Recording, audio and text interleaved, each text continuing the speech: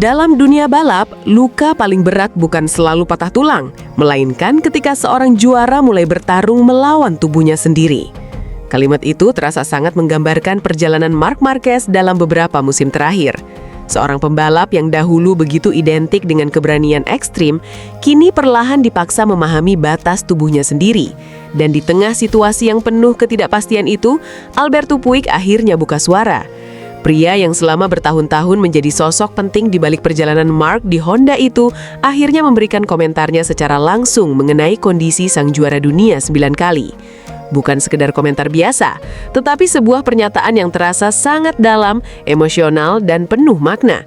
Karena Puig bukan hanya mengenal Marc sebagai pembalap, ia melihat langsung bagaimana Marc tumbuh menjadi ikon Honda, bagaimana ia memenangkan gelar demi gelar, dan bagaimana ia juga jatuh berkali-kali akibat cedera yang terus menghantui kariernya.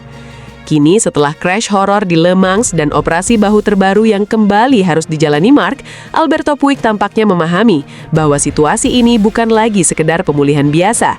Ini adalah pertarungan terbesar Marc melawan dirinya sendiri. Dan di Montmeló, saat pedok mulai sibuk membahas masa depan Marc Marquez, Alberto Puig akhirnya memberikan pandangannya secara terbuka. Ini memang disayangkan, tetapi ini bagian dari olahraga ini, profesi ini. Marc mengetahuinya. Dia telah melalui yang lebih buruk dan dia akan melewatinya, kata Puig tentang juara dunia 9 kali itu. Kalimat itu terdengar tenang, tetapi jika diperhatikan lebih dalam, ada makna besar di baliknya. Puig tahu apa yang sudah Marc lalui. Ia tahu bagaimana Marc pernah menjalani operasi demi operasi. Ia tahu bagaimana pembalap Spanyol itu memaksakan dirinya kembali ke lintasan meski tubuhnya belum benar-benar pulih. Dan ia juga tahu bahwa mental Marc adalah salah satu yang terkuat yang pernah ada di pedok MotoGP. Namun kali ini terasa sedikit berbeda, karena cedera yang dialami Marc bukan hanya soal rasa sakit fisik. Masalah syaraf di bahunya mulai mempengaruhi konsistensi balapnya. Bahkan Marc sendiri sempat mengaku bahwa ia merasa aneh dengan motornya selama beberapa seri terakhir. Ia cepat dalam satu lalap, tetapi sulit menjaga ritme secara konsisten. Dan itu menjadi sesuatu yang sangat tidak biasa bagi Marc Marquez. Selama bertahun-tahun, Marc dikenal sebagai rider yang mampu mengendalikan motor dalam situasi paling liar sekalipun. Tetapi musim ini, beberapa crash yang terjadi terlihat berbeda, lebih mendadak, lebih sulit dijelaskan, dan lebih mengkhawatirkan. Karena itulah keputusan operasi akhirnya diambil. Marc memilih menghentikan semuanya sejenak demi benar-benar menyelesaikan masalah di bahunya.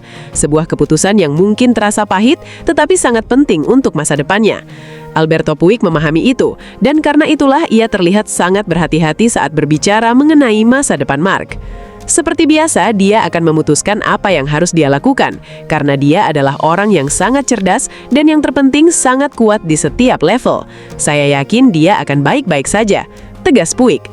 Kalimat itu seperti bentuk kepercayaan penuh kepada Marc, bukan hanya sebagai rider, tetapi sebagai manusia yang mampu memahami apa yang terbaik untuk dirinya sendiri. Karena pada akhirnya, hanya Marc yang benar-benar tahu sejauh mana tubuhnya masih mampu bertarung di level tertinggi MotoGP. Dan situasi itu membuat banyak orang mulai berpikir, apakah kita sedang melihat fase paling menentukan dalam karier Marc Marquez? Sebab untuk pertama kalinya dalam waktu yang lama, pembahasan tentang Marc bukan lagi soal teknik balap, bukan soal setup motor, dan bukan soal rivalitas di lintasan, melainkan soal tubuhnya sendiri, soal apakah ia masih bisa kembali ke versi terbaiknya. Namun jika ada satu hal yang membuat pedok tetap percaya kepada Marc, itu adalah mentalitasnya. Marc selalu punya kemampuan luar biasa untuk bangkit dari situasi terburuk. Bahkan setelah cedera panjang yang hampir menghancurkan kariernya beberapa tahun lalu, ia tetap mampu memenangkan sprint race dan meraih pole position. Itulah sebabnya banyak orang masih percaya cerita Marc belum selesai. Bahkan rival-rivalnya pun masih menganggap Marc sebagai ancaman terbesar ketika berada dalam kondisi fit. Karena mereka tahu Marc yang sehat tetap berbeda dari rider lain. Dan di tengah semua itu, komentar Puig terasa seperti pengingat bahwa perjalanan seorang juara tidak selalu berjalan lurus. Kadang seorang legenda harus berhenti sejenak untuk menyelamatkan dirinya sendiri sebelum kembali bertarung. Situasi Honda sendiri juga membuat cerita ini semakin emosional, karena hubungan antara Marc dan Honda bukan sekedar kerjasama biasa. Mereka membangun era dominasi bersama, mereka memenangkan dunia bersama, dan mereka juga jatuh bersama ketika motor Honda mulai menghilangkan arah pengembangan. Puig menjadi salah satu saksi terbesar dari semua perjalanan itu. Ia melihat bagaimana Marc bertahan membela Honda di masa-masa sulit. Ia melihat bagaimana Marc mencoba mengangkat motor yang tidak kompetitif dengan kemampuan ekstrimnya sendiri. sendiri. Tetapi tubuh manusia tetap memiliki batas, dan mungkin sekarang Mark sedang dipaksa menerima kenyataan itu. Meski begitu, satu hal yang menarik adalah bagaimana pedok MotoGP masih berbicara tentang Mark dengan rasa hormat luar biasa. Bahkan ketika ia sedang cedera, bahkan ketika ia tidak berada di lintasan, namanya tetap menjadi pusat perhatian.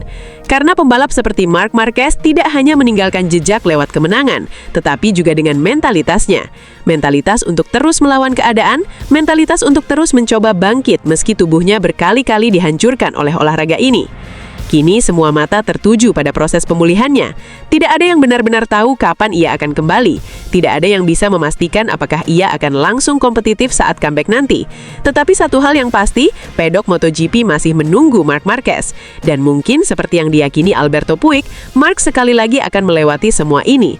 Karena sepanjang kariernya, Marc selalu membuktikan satu hal. Semakin besar badai yang datang, semakin keras ia mencoba kembali berdiri. Kadang seorang juara tidak kalah karena lawannya lebih cepat, tetapi karena tubuhnya perlahan berhenti mengikuti keberanian yang dimilikinya. Kalimat itu terasa sangat menggambarkan situasi Marc Marquez saat ini. Sosok yang selama bertahun-tahun dikenal sebagai pembalap paling agresif dan paling berani di lintasan, kini sedang menjalani pertarungan paling sulit dalam kariernya. Bukan melawan rival di atas motor lain, melainkan melawan rasa sakit, cedera, dan batas tubuhnya sendiri. Crash hebat di Le Mans seakan menjadi titik yang membuka semuanya. Bukan hanya soal kecelakaan high side mengerikan yang membuat Marc mengalami patah tulang metatarsal kelima di kaki kanannya, tetapi juga karena setelah insiden itu, publik akhirnya mengetahui bahwa Marc ternyata sudah lama menahan masalah serius pada bahu kanannya. Masalah yang diam-diam terus mengganggu performanya sepanjang musim. Dan ketika Marc memutuskan menjalani operasi ganda di Madrid, banyak orang mulai sadar bahwa musim ini bukan lagi soal perebutan gelar dunia bagi Marc Marquez. Ini sudah berubah menjadi pertarungan untuk menyelamatkan kariernya sendiri. Di tengah situasi itulah Andrea Dovizioso akhirnya buka suara. Mantan rival utama Marc di era kejayaan Ducati itu berbicara panjang mengenai kondisi pembalap Spanyol tersebut dalam episode pertama podcast miliknya. Dan seperti biasanya, Dovi memberikan pandangan yang sangat tenang, realistis, tetapi juga terasa tajam. Karena Dovi memahami betul siapa Marc Marquez sebenarnya. Ia pernah bertarung melawan Marc selama bertahun-tahun di level tertinggi. Ia tahu bagaimana Marc membangun tekanan mental kepada lawan-lawannya. Ia juga tahu bagaimana Marc mampu tetap cepat bahkan saat berada dalam kondisi yang jauh dari ideal. Tetapi kali ini, Dovi melihat ada sesuatu yang berbeda. Tahun lalu ia berhasil menemukan cara untuk memotivasi dirinya sendiri dalam banyak situasi. Tapi ia tidak dalam 100%. Sekarang ia bahkan semakin tertinggal. Kalimat itu mungkin terdengar sederhana, tetapi sebenarnya sangat dalam. Karena Dovi tidak sedang berbicara tentang kecepatan semata. Ia berbicara tentang kondisi fisik dan mental Marc yang mulai terkikis sedikit demi sedikit akibat cedera berkepanjangan. Musim lalu memang Marc masih mampu tampil kompetitif meski belum benar-benar pulih penuh. Ia tetap bisa menciptakan momen-momen luar biasa yang membuat semua orang percaya bahwa dirinya masih sanggup kembali ke puncak. Namun musim ini situasinya berubah. Beberapa crash yang dialami Marc terlihat tidak biasa. Ada momen di mana ia tampak kehilangan kendali secara mendadak, ada saat ketika ritmenya hilang begitu saja di tengah balapan, dan yang paling mengkhawatirkan, Marc sendiri sempat mengaku bahwa ia merasakan sesuatu yang aneh pada tubuhnya saat mengendarai motor. Ternyata semua itu berasal dari masalah syaraf akibat posisi sekrup di bahunya yang bergeser dan menekan syaraf radial. Dan menurut Dovi, kondisi seperti itu sangat berbahaya untuk seorang rider MotoGP, karena olahraga ini menuntut presisi sempurna. Sedikit gangguan pada tubuh bisa membuat perbedaan besar antara tetap berada di atas motor atau mengalami crash hebat. Dovi bahkan secara jujur mengatakan bahwa dirinya tidak terlalu optimis soal peluang Marc untuk memperebutkan gelar musim ini. Bukan karena bakat Marc hilang, tetapi karena situasinya sudah terlalu rumit. Cedera datang bertubi-tubi, jarak poin mulai terlalu jauh, dan proses pemulihan membutuhkan waktu yang tidak singkat. Namun yang paling menarik adalah ketika Dovi mulai membahas masa depan Marc secara lebih luas. Dia mungkin akan membaik, tetapi perlu diingat saya berbicara sebagai penggemar. Sebagai penggemar, menonton balapan dan melihat pertarungan adalah hal yang saya cari. Jadi, jika dia kembali lebih kompetitif daripada sekarang, maka dia benar-benar dapat mencoba memenangkan kejuaraan. Bukan tahun ini, tetapi mencoba memenangkan kejuaraan, sungguh-sungguh mencoba. Jika situasinya tidak membaik, saya pikir dia akan mencapai titik di mana dia harus pensiun. Pernyataan itu langsung membuat pedok panas, karena untuk pertama kalinya, seorang mantan rival besar Mark mulai secara terbuka membahas kemungkinan pensiun. Dan ucapan itu terasa berat justru karena datang dari Dovizioso. Ia bukan orang yang suka melebih-lebihkan situasi. Ia dikenal tenang dan sangat logis dalam melihat balapan. Karena itu, ketika Dovi mulai menyinggung kemungkinan Mark pensiun jika situasi tidak membaik, banyak orang langsung menyadari betapa seriusnya kondisi yang sedang dihadapi Mark sekarang. Namun di sisi lain, Dovi juga tetap percaya bahwa Mark masih memiliki sesuatu yang sangat berbahaya, mentalitas juara. Karena meskipun tubuhnya bermasalah, Mark tetap mampu menunjukkan kecepatan luar biasa di beberapa momen musim ini. Ia masih bisa meraih pole position, ia masih bisa memenangi sprint race, bahkan saat fisiknya belum sepenuhnya pulih, ia tetap bisa membuat rival-rivalnya merasa tertekan. Dan itu bukan hal biasa. Menurut Dovi, salah satu kekuatan terbesar Mark justru terletak pada efek mental yang ia ciptakan kepada lawan-lawannya. Dovi kemudian mulai membahas situasi Aprilia yang saat ini terlihat mendominasi. Tetapi menurutnya, kenyataan sebenarnya tidak sesederhana itu. Mereka tidak jelas lebih unggul, tetapi itu juga karena menjadi jelas lebih unggul di MotoGP saat ini adalah hal yang mustahil. Sama seperti tahun lalu, Mark tidak jauh lebih baik. Pernyataan itu sangat menarik, karena Dovi ingin menjelaskan bahwa di MotoGP modern, perbedaan performa antar rider sebenarnya sangat kecil. Tetapi seorang pembalap spesial bisa membuat perbedaan kecil itu terlihat sangat besar di mata lawan-lawannya. Dan Mark adalah ahli dalam hal itu. Jaraknya sangat dekat hampir sepanjang waktu, tetapi dia berhasil menciptakan kesan itu bahkan di antara para pesaingnya. Dan sebagai hasilnya, perbedaan kecil di awal tahun itu secara bertahap bertambah, meskipun sebenarnya tidak nyata. Jelas Dovi, itulah salah satu kemampuan paling mengerikan dari Marc Marquez. Ia mampu membuat rival merasa dirinya selalu selangkah lebih cepat, bahkan ketika selisih waktunya sebenarnya sangat tipis. Tekanan mental itu perlahan mempengaruhi cara rival berpikir, cara mereka mengambil risiko, dan cara mereka menjalani balapan. Dan menurut Dovi, efek psikologis itulah yang selama ini membuat Mark terasa begitu dominan. Karena ketika Anda harus mendorong batasan Anda hingga maksimal, ketelitian Anda membuat semua perbedaan. Intinya adalah begitu itu terjadi, hal itu diperkuat dan kemudian diperkuat lagi. Persepsi Anda berkembang begitu pesat, sehingga sebenarnya itu bukan masalah besar, tetapi menjadi kenyataan di kepala Anda. Pungkas Dovi. Kalimat itu seperti menjelaskan siapa Marc Marquez sebenarnya. Bukan hanya pembalap cepat, tetapi pembalap yang mampu menguasai mental seluruh pedok. Kini pertanyaannya tinggal satu. Apakah Mark masih bisa kembali menjadi sosok itu setelah semua cedera yang dialaminya? Tidak ada yang tahu jawabannya. Tetapi satu hal yang pasti, dunia MotoGP masih menunggu Marc Marquez yang sesungguhnya kembali ke lintasan. Karena ketika Mark benar-benar sehat dan menemukan kembali feeling terbaiknya, tidak peduli seberapa kuat Aprilia atau KTM saat ini, pedok tahu satu kenyataan yang tidak pernah berubah. Marc Marquez tetap pembalap yang paling sulit dikalahkan ketika dirinya berada dalam kondisi penuh. Dalam dunia balap, kecepatan memang bisa membuat seseorang disegani.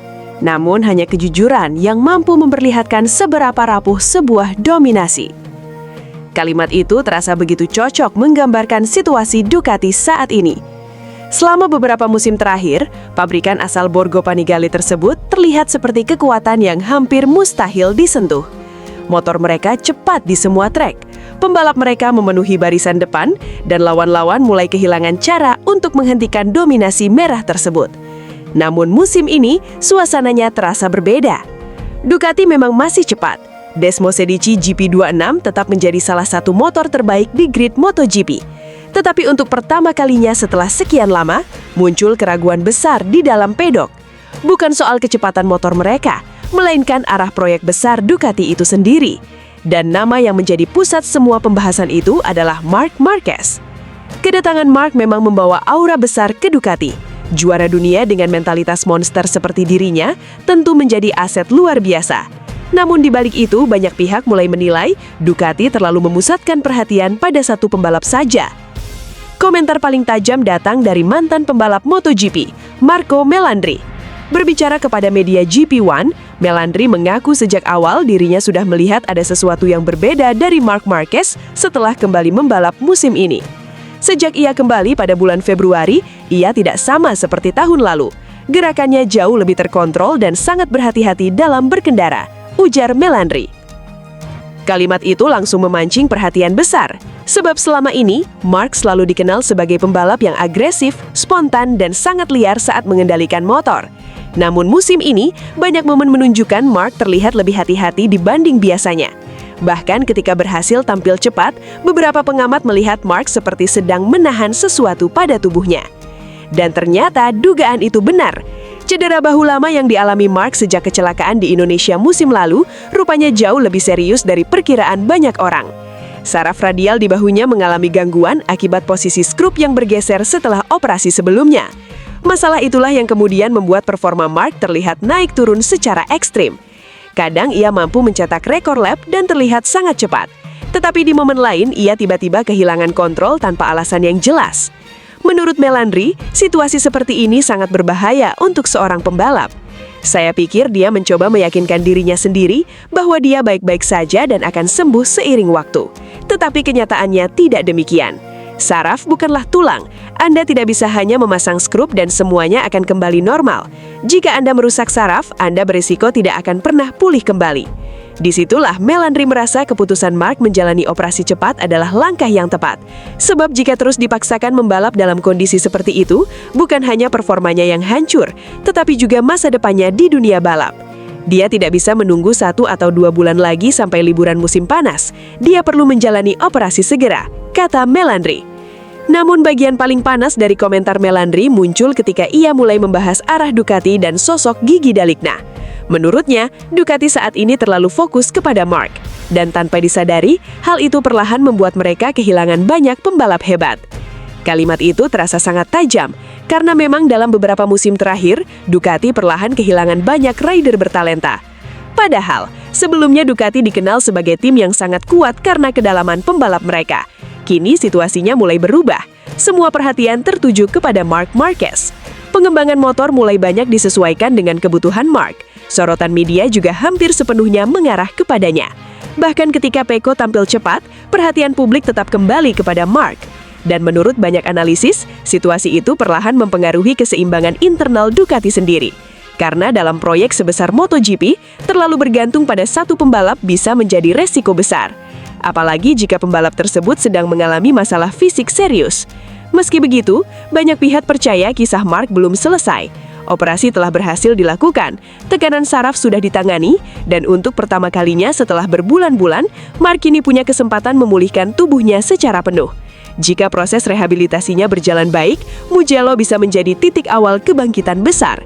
Dan jika Mark benar-benar kembali dalam kondisi terbaiknya, maka semua kritik yang muncul hari ini mungkin justru akan berubah menjadi ketakutan baru bagi para rival Ducati. Karena dunia MotoGP tahu satu hal, Marc Marquez yang sehat selalu menjadi ancaman paling mengerikan di lintasan. Balapan selalu melahirkan dua hal yang berjalan berdampingan, rasa hormat dan ego. Ketika keduanya bertabrakan di lintasan, lahirlah rivalitas yang membuat olahraga ini terasa hidup. Le Mans kembali menghadirkan salah satu drama paling panas musim ini. Bukan soal perebutan kemenangan di depan, bukan pula soal strategi ban atau cuaca yang berubah-ubah, tetapi tentang duel penuh emosi antara Pedro Acosta dan Fabio Di Giannantonio yang memancing perhatian seluruh pedok setelah balapan. Di atas kertas, perebutan posisi keempat mungkin terlihat biasa. Namun cara semuanya terjadi membuat duel ini terasa jauh lebih besar daripada sekedar hasil akhir klasemen. Pedro Acosta datang ke Le Mans dengan tekanan yang cukup tinggi. Setelah beberapa seri sebelumnya mulai menunjukkan perkembangan bersama KTM, pembalap muda Spanyol itu berharap bisa kembali tampil kompetitif di Prancis. Dan sepanjang akhir pekan, sebenarnya ia memang terlihat cukup menjanjikan. Acosta tampil agresif sejak awal balapan. Ia beberapa kali terlibat pertarungan ketat dengan grup depan dan mampu menjaga ritme dengan cukup stabil. Namun, satu hal yang menjadi masalah besar bagi KTM di Le Mans adalah degradasi ban. Memasuki pertengahan balapan, Acosta mulai kesulitan menjaga grip ban depan. Motor KTM miliknya terlihat mulai kehilangan stabilitas saat masuk tikungan lambat. Dan di saat bersamaan, Fabio Di Giannantonio mulai mendekat dengan sangat cepat. Di Gia menjalani balapan yang sangat cerdas. Ia tidak terlalu memaksa di awal. Pembalap VR46 itu memilih menjaga ritme sambil menunggu ban lawan mulai turun performanya. Strategi itu berjalan sempurna. Semakin mendekati akhir balapan, kecepatannya justru semakin kuat. Perbedaan karakter motor mulai terlihat jelas. Ducati milik Di Gia jauh lebih stabil saat pengereman keras dan keluar tikungan. Sementara Acosta harus bekerja ekstra keras untuk mempertahankan motornya tetap berada di racing line. Dan situasi itulah yang akhirnya memunculkan duel panas di lap terakhir. Saat memasuki sektor terakhir, Di Gia sudah berada sangat dekat di belakang Acosta. Jarak keduanya nyaris menempel. Atmosfer di Le Mans langsung berubah tegang karena semua orang tahu Ducati memiliki keuntungan besar di area pengereman terakhir. Benar saja, Di Gia melakukan serangan agresif tepat menuju tikungan terakhir. Ia masuk sangat dalam, sangat terlambat, tetapi tetap mampu menghentikan motornya dengan sempurna. Acosta yang sudah lebih dulu mengambil racing line akhirnya harus sedikit menghindar agar tidak terjadi kontak. Posisi keempat pun berpindah tangan hanya beberapa meter sebelum garis finish. Tetapi yang membuat suasana memanas bukan hanya overtake tersebut. Setelah berhasil melewati Acosta, Di Gia justru terlihat menoleh ke belakang sampai 2 kali. Gestur singkat itu langsung memancing reaksi besar, terutama dari Acosta sendiri. Karena bagi seorang pembalap, ditatap setelah disalip di tikungan terakhir terasa seperti bentuk provokasi. Usai balapan, Acosta mencoba menjelaskan situasinya dengan nada cukup tenang. Namun jelas ada rasa kesal yang masih tertahan. Saya tidak tahu apakah saya bisa mengamankan posisi keempat hari ini, tetapi saya pikir dia lebih dekat dari yang sebenarnya, dan saya terlalu defensif, kata Acosta setelah balapan. Kalimat itu menunjukkan bahwa Acosta merasa dirinya membuat keputusan yang salah di momen terakhir. Ia terlalu fokus menjaga sisi dalam sehingga membuka sedikit ruang bagi Di Gia untuk menyerang. Namun Acosta juga sadar bahwa secara keseluruhan KTM memang belum cukup kuat untuk melawan Aprilia maupun Ducati di Le Mans. Itu menjadi bumerang bagi saya, karena dia berhasil menyalip saya pada akhirnya. Jelas kami tidak berpeluang meraih podium jika dibandingkan dengan Aprilia. Mereka memiliki kecepatan yang menakutkan, terutama Martin dan Ogura yang datang dari belakang. Kita harus realistis tentang posisi kita dan merasa senang, karena ini adalah hasil terbaik saya di Le Mans sejak bergabung dengan MotoGP. Ungkap Acosta mengakui ketangguhan Aprilia di Le Mans dan berusaha realistis dengan hasil balapannya.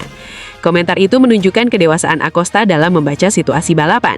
Ia tahu posisi KTM saat ini belum berada di level terbaik. Namun ketika Kemdari membahas Di Gia, nada bicaranya langsung berubah. Saya bersikeras, saya pikir dia lebih dekat dari yang sebenarnya. Saya akan mengingat ini untuk balapan berikutnya. Tidak ada yang boleh menyalip saya sambil menatap mata saya, ujar Acosta sambil menunjukkan sisi emosionalnya. Kalimat tersebut langsung menjadi pusat perhatian, karena itu terdengar bukan seperti candaan biasa, melainkan sebuah pesan.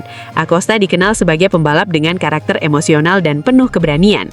Sejak naik ke MotoGP, ia sudah menunjukkan bahwa dirinya tidak takut menghadapi siapapun. Dan ketika ia merasa seseorang melewati batas, biasanya ia akan membalasnya di lintasan. Itulah mengapa banyak orang mulai melihat duel ini sebagai awal rivalitas baru. Di sisi lain, Di Gia sendiri sebenarnya hanya menunjukkan kepercayaan dirinya sebagai pembalap Ducati. Ia tahu motornya lebih kuat di sektor akhir dan memanfaatkan peluang dengan sempurna. Dalam balapan level tertinggi seperti MotoGP, manuver seperti itu memang sering terjadi. Tetapi gestur menoleh itulah yang membuat semuanya terasa personal. Bagi sebagian pembalap, mungkin itu hanya refleks spontan. Namun bagi Acosta, itu dianggap sebagai bentuk tantangan langsung. Dan justru disitulah menariknya dunia balap. Karena kadang rivalitas tidak lahir dari kontak fisik atau kecelakaan besar. Kadang cukup dari satu gerakan kecil yang menyentuh ego seorang pembalap. Le Mans akhirnya menjadi panggung emosional bagi Acosta. Ia memang gagal mempertahankan posisi keempat, tetapi dari cara ia berbicara setelah balapan, terlihat jelas bahwa api semangatnya justru semakin besar. Banyak pengamat percaya duel seperti ini justru akan membantu perkembangan Acosta sebagai pembalap.